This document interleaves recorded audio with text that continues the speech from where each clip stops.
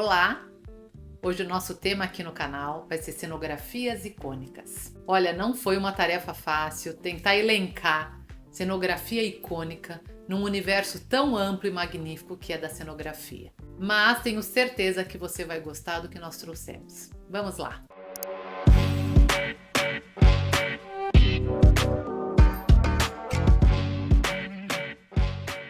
Eu sou a Leila Bueno, arquiteta, cenógrafa.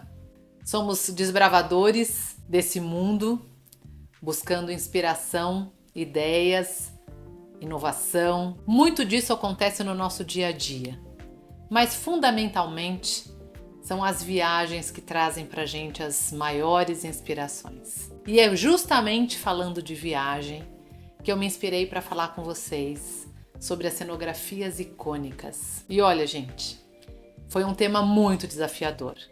Porque assim, não é fácil imaginar o que seria falar de cenografia icônica.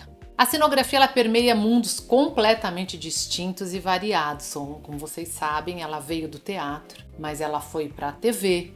Cenografia está no museu, na exposição, está nos eventos, a cenografia está no show, tá nos espaços de experiências, enfim, a cenografia ela tá na nossa festa de aniversário dentro de casa. Então realmente não foi fácil eleger o que seria uma cenografia icônica. Há pelo menos 10 anos atrás, eu e o Bueno começamos a fazer nossas viagens para o Salão de Milão, o Salone. Maravilhoso, por sinal, muito inspirador, mas isso é pauta para outro vídeo. Da onde surgiu a nossa grande inspiração para o tema de hoje? Através das viagens, através da cultura que a gente vive em cada país, eu fiquei lá atrás, desde 2000, com um desejo, coloquei nos meus planos de viagem, visitar alguma Expo Mundial ou Expo Universal. E definitivamente, com esse desejo latente de um dia poder visitar uma Expo, que me deu esse insight de entender que muito do icônico está relacionado, sim, à grandiosidade, a um projeto extremamente complexo e conceitual. Está também muito nessa questão das escalas, das formas disruptivas, criativas, mas assim, o que me trouxe a eleger como icônico, por exemplo, projetos dentro de uma expo, foi a acessibilidade. No meu ponto de vista, uma obra para ser icônica, ela tem que ser acessível. As pessoas podem frequentar, podem usar, podem degustar.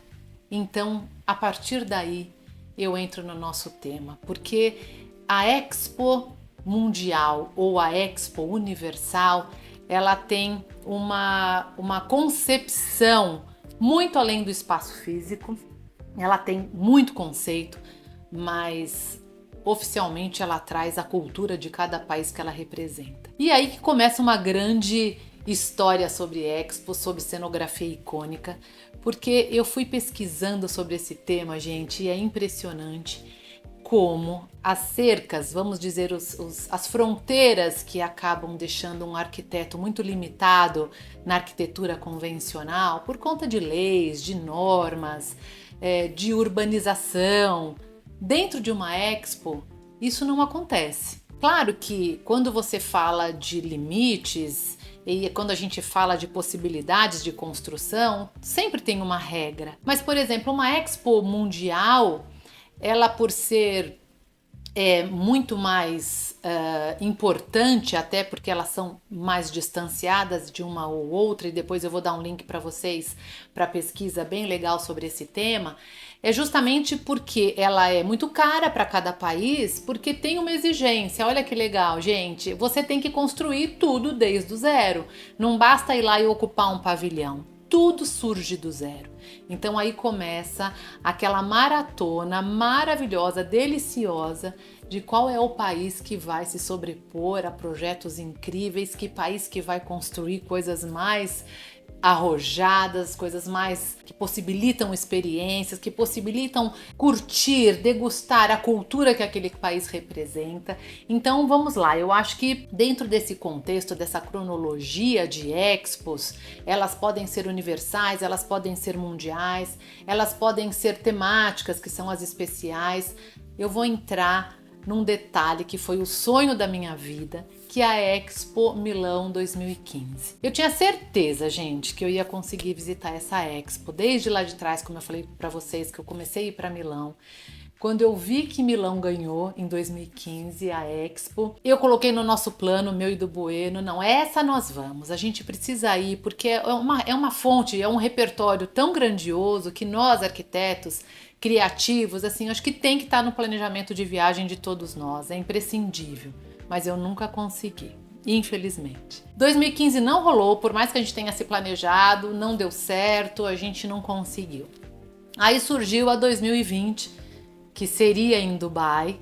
Essa eu tinha certeza, gente, que eu ia conseguir visitar, mas também não rolou. Mas não perdi as esperanças, porque a Expo foi adiada por conta da pandemia. Ela vai acontecer em 2021. Torço para que dê certo de visitá-la e quem sabe a gente até faz um grupo, uma caravana de arquitetos que possam fazer uma visita à Expo, explorar todo esse conceito de espaços e de arquitetura, mas principalmente de experiência, de inovação.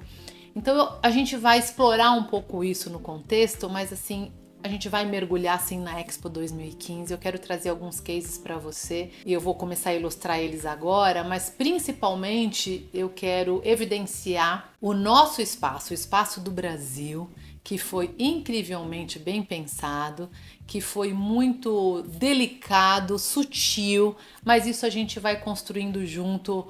Não vou encher de adjetivos aqui o nosso espaço do Brasil na Expo 2015, porque nós vamos explorar isso juntos. Vem comigo, vamos fazer uma viagem nas Expos. Vou começar um pouquinho contando para vocês desde a primeira e por que ela surgiu, e a gente vai discutindo um pouco o que foi acontecendo e principalmente o nosso pavilhão, que foi lindamente idealizado pelo Estúdio Arthur Casas, e a gente vai entrar um pouquinho também dentro dele para a gente poder fazer essa exploração. Vamos lá? Essencialmente, as exposições mundiais têm sido importantes no desenvolvimento da inovação e do discurso arquitetônico, já que os espaços desenvolvidos para receber cada país expositor são verdadeiras obras-primas com construções extremamente arrojadas. Ao longo da história, cada nova Expo ofereceu aos arquitetos uma oportunidade de apresentar criações extraordinárias e usar esses eventos como um lab criativo para experimentar inovações em tecnologia projetual e principalmente construtiva. As feiras mundiais impulsionam a criatividade sem aquelas tradicionais limitações construtivas e urbanas. E é justamente este tema que nos interessa muito.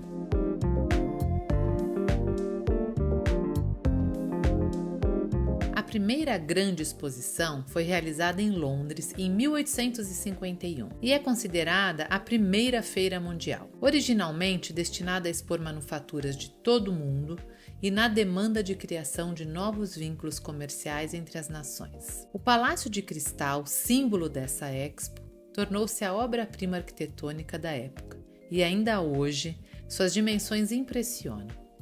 Comprimento de 567 metros, largura de 124 metros e a altura da nave principal 19,5 metros. Algum tempo após o encerramento da exposição, o palácio foi transferido para o Sydenham Park para receber exposições, eventos esportivos e festivais de música, mas, infelizmente, o prédio pegou fogo em 1936. A Expo Universal de 1889 foi uma celebração das realizações internacionais em arquitetura, artes plásticas e tecnologia de ponta. Foi a quarta Expo Mundial a ser organizada em Paris e foi uma expo para comemorar os 100 anos da Revolução Francesa. É através da arquitetura dos pavilhões e edifícios construídos especialmente para exposição que a França consagra o advento da arquitetura metálica. O exemplo mais brilhante foi o Palácio das Máquinas, uma imensa nave de vidro e metal com 420 metros de comprimento e 115 metros de largura sem qualquer suporte interior. Foi reutilizado durante a Expo 1900, só que infelizmente foi destruído em 1910. Mas se este edifício notável infelizmente desapareceu, a Torre Eiffel, também construída para a Exposição Universal de 1889, permanece hoje o símbolo brilhante do triunfo da arquitetura metálica do século XIX. Um monumento de escala e ousadia excepcionais, com 300 metros de altura, cuja realização provocou forte oposição entre intelectuais, escritores e artistas. A Exposição Mundial de Osaka, em 1970, teve como tema Progresso e Harmonia para a Humanidade. O local da Expo foi projetado para desempenhar o papel de um campo de testes para experiências sociais bem ambiciosas. Na arquitetura efêmera, enquanto os pavilhões competiam entre si na exclusividade de design, as inovações foram testadas nos métodos de construção e características estruturais. Vários pavilhões aplicaram o conceito de metabolismo para imaginar uma arquitetura urbana em mudança e em crescimento, análoga ao sistema metabólico de um organismo vivo. Edifícios com estrutura de membrana inflada também foram uma característica muito específica dessa Expo. Um excelente exemplo dessa aplicação foi o Takara Beautylon, de Kisho Kurokawa. A construção do pavilhão envolveu o encaixe de unidades retangulares pré-fabricadas em oficina na estrutura principal, e as obras no local duraram apenas 7 dias. A cidade italiana de Milão sediou a Expo Mundial em 2015, com o tema Alimentando o Planeta, Energia para a Vida. A Expo enfrentou um dos maiores desafios da era moderna, levantando questões sobre a produção de alimentos, alimentação saudável, crescimento populacional, prevenção do desperdício e uso eficiente dos recursos naturais. Os pavilhões temáticos proporcionaram aos visitantes ampla oportunidade de se aprofundar no tema e nos 7 subtemas, através de instigantes instalações que contam a história da relação da humanidade com os alimentos. O Future Food District deu aos visitantes um vislumbre do futuro, incluindo um supermercado interativo e um pavilhão de cozinha onde chefes experimentaram novas maneiras de preparar comida. Pode parecer um pouco tendencioso, mas o meu enfoque nessa Expo é o pavilhão do Brasil. O ponto de partida no projeto do Pavilhão Brasileiro para a Expo Milão 2015 foi unir arquitetura e expografia, com o intuito de criar um espaço que não fosse apenas interessante arquitetonicamente, mas que proporcionasse aos seus visitantes uma experiência única, permanecendo em sua memória. Desenvolvido pelo estúdio Arthur Casas, em parceria com o ateliê Marco Brajovic, essa integração buscou, de maneira lúdica e ao mesmo tempo altamente informativa, transmitir as realizações e potencialidades brasileiras diante do tema proposto: Alimentando o Planeta, Energia para a Vida. Uma questão de extrema importância, já que eram 145 pavilhões espalhados pela Expo, era despertar a curiosidade e atrair os visitantes. Para isso, a escolha foi deixar a primeira parte do terreno livre, funcionando como uma praça, na qual abrigava uma enorme rede flexível que marca o espaço, remetendo a um relevo frágil, convidando as pessoas a caminharem através de uma nova topografia. Simultaneamente, a rede ainda se transforma em uma área de permanência, sombreando a praça para se tornar um ponto de encontro entre todas as nações. Além disso, caixas de madeira expõem espécies relacionadas ao agronegócio brasileiro e foram distribuídas sinuosamente em um percurso inspirado pelos meandros do rio Amazonas, enquanto mesas interativas traziam informações sobre assuntos como nutrição e agricultura familiar. Ao lado dessa área, sob um grande átrio que garante a iluminação natural, se encontram os espaços expositivos e funcionais do programa, onde designer e artistas nacionais exibem suas peças, evidenciando a diversidade da criação brasileira. O sistema de montagem utiliza elementos modulares pré-fabricados e foi pensado para proporcionar o máximo de eficiência e sustentabilidade a todo o pavilhão, somando-se aos mecanismos de reaproveitamento de água, ao emprego de materiais certificados e recicláveis e, acima de tudo, prevendo uma desmontagem totalmente reaproveitável, já que o sistema era modular. Após o encerramento da Expo, o local está sendo reconstruído para abrigar o MIND, Milano Innovation District. O Decumanos está se transformando em um dos maiores parques lineares e de inovação dedicado à ciência e tecnologia, que deve estar em operação já em 2024. Além de uma tecnópole humana, a área abrigará um centro de empresas, cientistas e pesquisadores que operam nas áreas de ciências, saúde, biotecnologia, farmacêutica, agroalimentar, nutrição, ciência de dados. Abrigará também o campus da Universidade de Milão e Centro de Pesquisas em Saúde, além da primeira estrada da Itália dedicada a carros sem motorista. Então, realmente, gente, olhando todo esse conteúdo, eu fico fascinada com o papel do arquiteto, com o papel da arquitetura, o quanto a arquitetura é protagonista na história da humanidade, e é impressionante a responsabilidade de um arquiteto para poder desenvolver um projeto, criar um espaço para uma expo mundial ou universal. É impressionante. Todo o meu respeito e admiração para esses criativos, para essas cabeças pensantes, e que a gente tem esse acesso e pode usufruir muito disso como conteúdo, como experiência. Espero que vocês tenham gostado. É um tema que me absorve muito, tenho gostado muito de pesquisar sobre os temas que a gente tem discutido na Bueno Ensina, mas mais do que nunca, aproveitem esse conteúdo. Vou deixar aqui na descrição os links, vou deixar também um pouco alguns sites de pesquisa para poder complementar. É um mundo que a gente pode se aprofundar muito, mergulhar, porque existe Expo há mais de centenas de anos, então imagine quanto de história, de tecnologia, de inovação que não se desenvolveu ao longo dessa cronologia como a gente viu agora. Dá para mergulhar muito mais nesse assunto e nesse tema.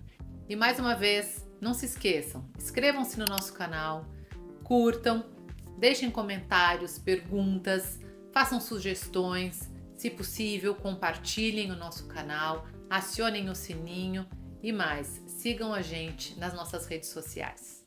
Até mais!